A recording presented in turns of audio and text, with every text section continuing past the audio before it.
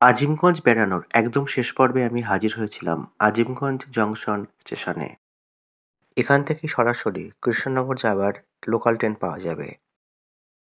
খুব সম্প্রতি আজিমগঞ্জ কৃষ্ণনগর রেল চলাচল শুরু হয়েছে, আর আমি এবার এই রেলপথেই কৃষ্ণনগর দিয়ে রানাঘাট ফিরব। The kind attention of the passengers. Train number 13018 Azimganj Howrah Ganadevata Express is standing on platform number 2. Passengers are requested to take their respected seats. Murshidabad জেলার অতি গুরুত্বপূর্ণ জংশন হলো আজিমগঞ্জ জংশন।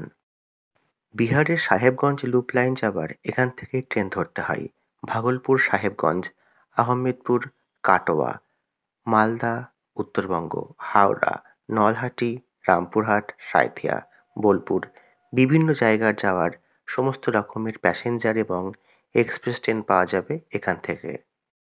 আজিমগঞ্জের মুকুটে আরেকটি নতুন পালক যুক্ত হলো আজিমগঞ্জ কৃষ্ণনগর রেলপথ। এর মাধ্যমে আজিমগঞ্জ হাওড়া লাইন থেকে সরাসরি লালগোলা শিয়ালদা মেইন লাইনের মধ্যে যোগাযোগ তৈরি হলো।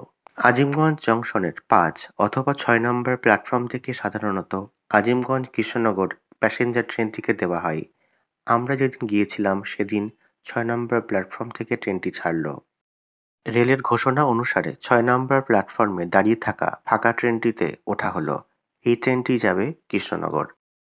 এই আজিমগঞ্জ কৃষ্ণনগর ট্রেন চলাচল আমাদের বহুদিনের একটা আশা পূরণ ঘটিয়েছে। এই জন্য এই ট্রেনে চড়ার মুহূর্তটিকে ক্যামেরাতে বন্দি করে রাখলাম।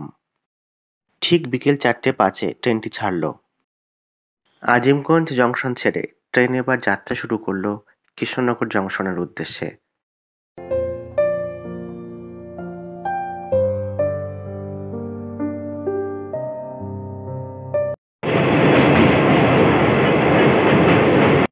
ট্রেন এই মুহূর্তে সেই বিখ্যাত নসিপুর রেল সেতুর উপর দিয়ে পার হচ্ছে।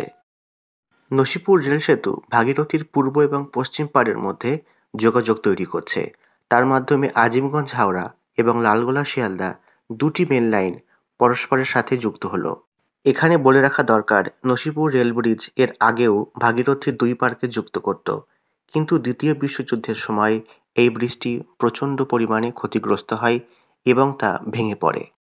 আর তারপর থেকেই ভাগীরথীর দুই পাড় বিচ্ছিন্ন হয়ে পড়ে। বহুদিন আন্দোলন অপেক্ষার পর সবশেষে চালু হলো নসিপুর রেল সেতু, আর তার ফলে ভাগীরথীর পূর্ব এবং পশ্চিম পাড় আবার যুক্ত হলো।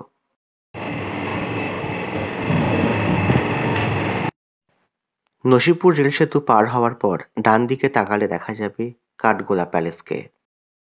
যাই হোক, কাঠগোলা প্যালেসের দিকে তাকাতে তাকাতে আমরা এগিয়ে চললাম পরবর্তী স্টেশন মুর্শিদাবাদের দিকে।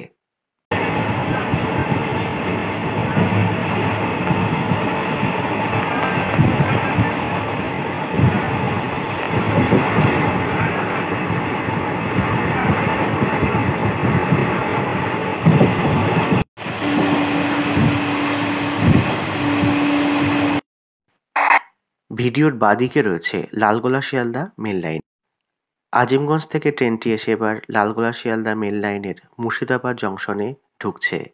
এটাই মুর্শিদাবাদ জংশন স্টেশন।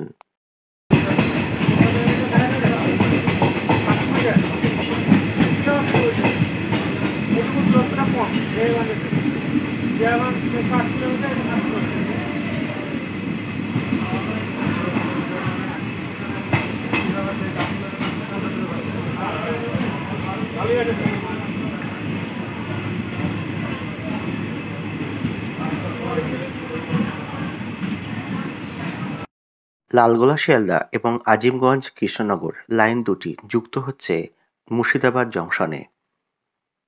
মুর্শিদাবাদ থেকে ট্রেন এবার চিরাচরিত রেলপথ ধরে এগিয়ে চলল কৃষ্ণনগরের দিকে, যে পথেই সমস্ত লালগোলা থেকে শিয়ালদা যাবার ট্রেনগুলো চলাচল করে। জিয়াগঞ্জ আজিমগঞ্জ ভ্রমণের এটি আমার শেষ পর্বের ভিডিও।